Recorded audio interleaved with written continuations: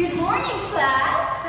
Yes, indeed, it's a very great morning. I hope you really have a great day starting today. So before anything else, to bless this morning and the time ahead of us, may I request our prayer leader for today to lead the prayer. In the name of the Father, Son, and Holy Spirit. Okay, so since you're having a great day, I request everybody to take a look under your desk, under your chair, beside your desk, beside your chair, or anywhere that you will see a trash or a piece of trash, and put it in the trash can. Okay? So I'd like to ask everyone also if you're on your proper seat right now. Okay, yes, thank you very much. So at this moment, I'll be checking your attendance. So whenever I call your name, just say present. But instead of saying present, to add a little bit of twist, instead of saying present, plainly saying present, I'll be calling your name and you will be saying your family name together with your desired designation. For example, I will call Miss Renee. You will say Dr. Conde. Am I clear? Is my instruction clear? Okay, thank you very much. So after we're done now checking your attendance, we will now be learning about gerunds. So what are gerunds?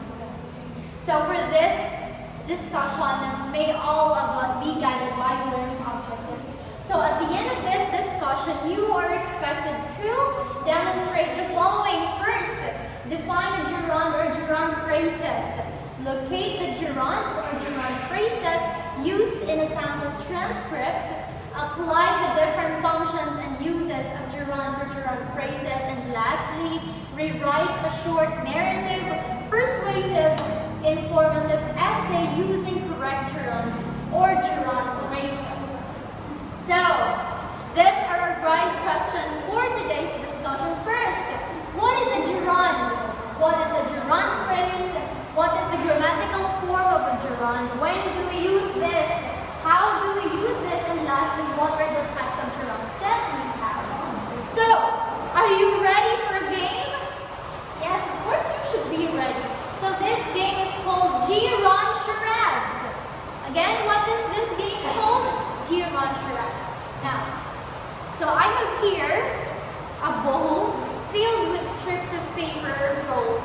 Now, I will be passing this bowl here with Miss Conde, and Miss Conde will passing it to the person behind her, and so on and so forth. So you will be picking one strip of paper, and you will open it after all of us already has our strip of paper. So inside this strip of paper, you have pictures and words. Okay, now pass the paper. Happy birthday.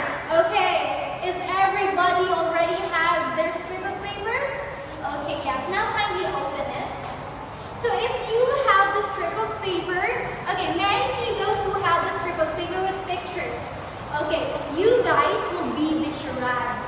So your task is to perform the actions or the verb that is written on that or picturized on that picture in front of the class. How about those who receive the strip of paper with the word run?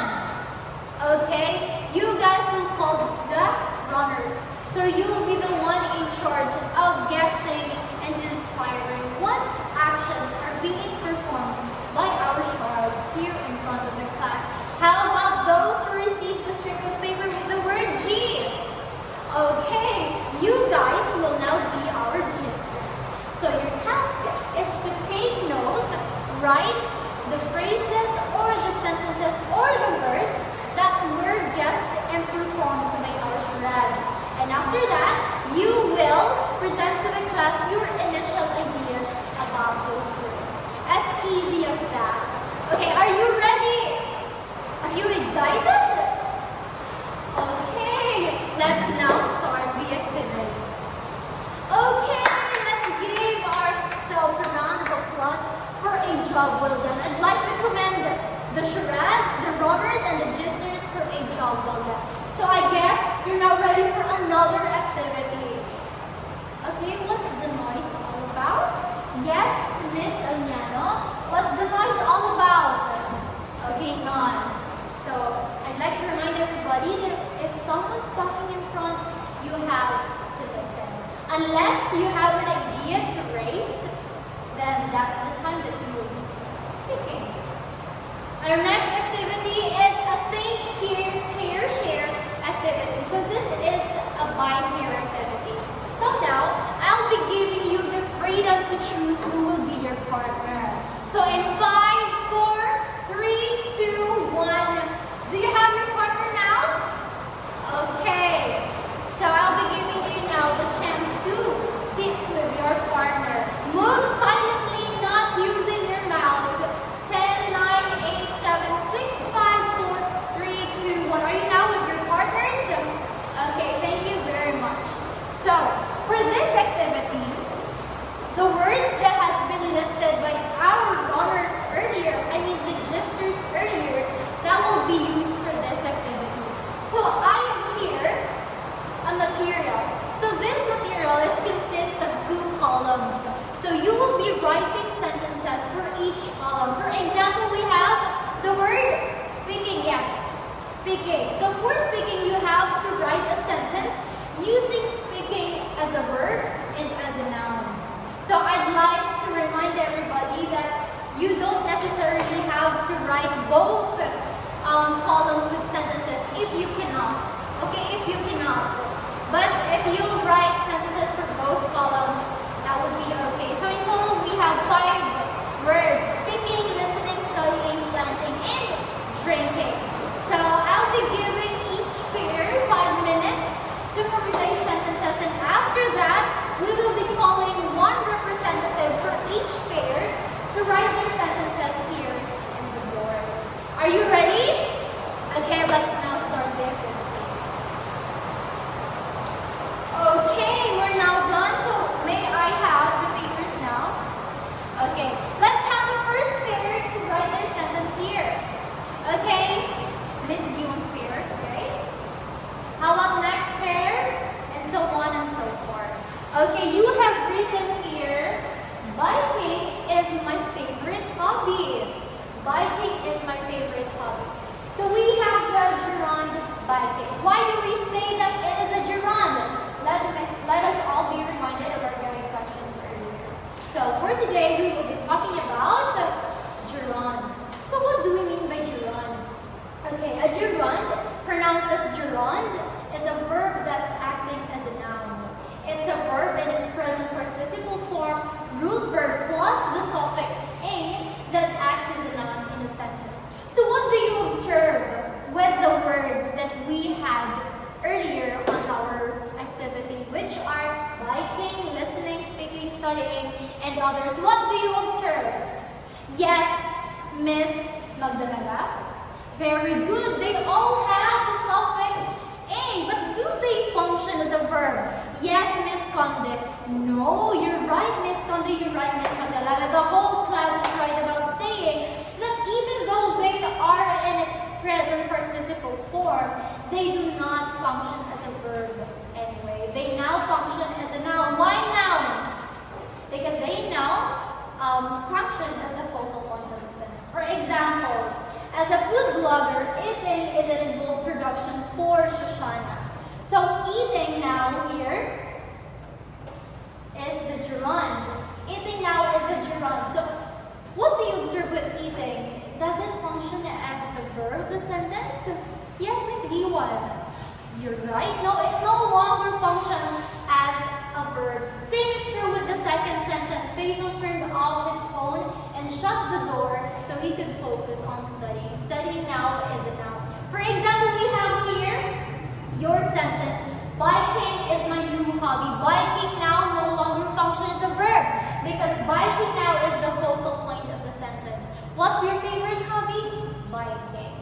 Now, we also have what we call the gerund phrase. So when we say gerund phrase, it is a phrase that contains a gerund and a modifier or an object, and in some cases, both of this. So what's the difference with gerund and gerund phrase? Anyone who has an idea? Yes, Miss Paliharo. You're correct. When we say modifier or objects, these are now the supplemental information or actions that we connect with a gerund. For example, apologizing to them is important. now is a gerund phrase. If we remove to them, it just goes with apologizing is important to me. There is no longer a direct object receiving the action of apologizing, which is to them. Another example. My brother enjoys underground exploring with his friends. So what is the gerund in that sentence? Yes, Miss Fonda. Yes, exploring. How about underground? What do we call underground? That's a modifier. It modifies the noun exploring or the gerund. How about the third sentence, Miss Magdalaga? Kindly read it for the class. Yes, running with scissors is a gerund phrase. Okay, now we also have types of gerunds. Now, I want to remind everybody that these types are not limited to gerunds alone. This could also be applicable with gerund phrases. Yes, Miss D1, what's the story about behind? Okay, you're not talking about anything, right? Okay, listen. Do you have anything to say? Okay, no. Okay. Listen, because after this we will have an activity class. For example, for subject, gerunds as subject. Biking is my newest hobby. So this is an example sentence also which you write on the board earlier. Biking now is the subject of the sentence. Another example. My cat's favorite hobby is sleeping. Sleeping now is the gerund. Next, as a subject complement. My preferred commuting method is biking. Biking now no longer functions as the subject. Instead, it now functions as the subject complement. Why subject complement? Because the subject here is the commuting method, the preferred commuting method. And what complements that subject is biking. Next, as the direct object. I love biking. Anyone who could provide me another example for I love biking? Yes, Miss Conde. Yes, that's correct. So Miss Conde said that she loves writing essay in English. She loves writing essay in English. Now, what's the gerund there? Writing. Now, was that a gerund lang or a gerund phrase? Yes, Miss Dion. Yes, it was a gerund phrase because she said she loves writing essay in English. What was she writing? What does she love writing? Essay. In what subject? In what language? English. Next, a direct object. Miss Magdalaga, can you read it for us? Yes, thank you very much. Once again, the gerund is biking. We have another one, object complement. For example, Miss Almiano, can you read it? Yes, I see myself biking every day. Next, object of a preposition. Yes, Miss Magdalaga. I blocked out a few hours this Sunday for biking. It now serves as the object of a preposition. For example, I have another example which is a gerund phrase. Tom's favorite tactic for lying or faking an illness would get him into trouble. Another, Tom's tactic of faking his illness would lead him to trouble. So what's the gerund there? Faking an illness. Gerund phrase. That's now a gerund phrase class of faking an illness. But if you'll just say faking, that's a gerund. But if you'll say faking an illness, that's now become a gerund phrase. Now, do you have questions? Especially those who I see are kind of getting sleepy. Do you have questions? Okay, not so far. So I guess you're now ready for our next activity. Are you ready? Are you ready? Class, are you ready? Okay, you're ready. Okay, this activity is what we call TED Talk I Write. Are you familiar with TED Talk? Yes, it's a very informational website or channel in YouTube which you can, access and watch during your leisure time. Also, they also have the website already. So for this activity, I will be playing a video. So this video is a TED Talk. So for your convenience and easy perusal, I have printed out the copies for the transcript of this video. So I'll be distributing it to the class. Okay, Ms. Bangde. Okay, pass it to the person behind you and so on and so forth. So, do you now have your transcripts, sample transcripts? Yes. So, I'll be giving my instruction after playing this video. So, I'll be playing this video just once. Since the priority here is you have to read the transcript and for you to be able to perform the activity. Okay, I'll be playing the video now. Okay, we're now done watching and listening to the video. So I want you now to take a look at your sample transcript. So all you have to do right now is highlight and annotate and locate gerunds or gerund phrases that you can find on this transcript. So I expect that you have your highlighters with you since I instructed the class yesterday about this. Okay, are you ready? Do you have any questions first before we proceed? Okay, none. You may now start. Okay, you passed your papers now. Okay, I have your papers right now with me. So I'll be giving feedback for each activity of yours on this paper, and I'll be returning this to you tomorrow. Now, to evaluate whether you really have learned for our discussion today, I'd like you to rate yourself, your understanding. So if you rate your learning for today's discussion with 10 being the highest and 1 lowest, what will your rating be?